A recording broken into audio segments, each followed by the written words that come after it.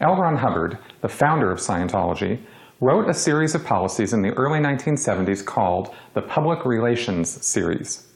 These gave the operational directions for anyone in the church who was going to engage in public relations. It's interesting to look at a few of these and see how Hubbard set the stage early on for the cataclysmic failures they're now experiencing. Like every other subject he wrote about, Hubbard claimed that he was the only person to be able to figure out the real laws and workable procedures to execute successful public relations. Yet instead, what he actually offered was a contradictory set of rules that on the surface look like they might make sense, but when you try to use them, you end up in a total mess. As for conflicting information, one example is when Hubbard talks about the use of truth in PR in a policy letter from August 13, 1970, PR Series 2, The Missing Ingredient. The more lies you use in PR, the more likely it is that the PR will recoil. Thus the law. Never use lies in PR. Scientologists read this and they think that it's church policy to never tell lies, and therefore everything that OSA ever says must be true, right? Not so fast. Because just a little later in that same policy, Hubbard then says, handling truth is a touchy business also. You don't have to tell everything you know. Tell an acceptable truth. So PR becomes the technique of communicating an acceptable truth, and which will attain the desirable result. If there's no chance of obtaining the desirable result, and the truth would injure, then talk about something else.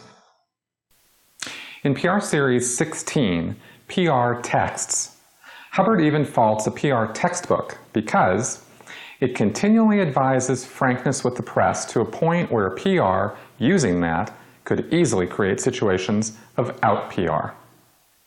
The problem here is that an acceptable truth is defined in Scientology as anything they want it to mean to attain a desirable result.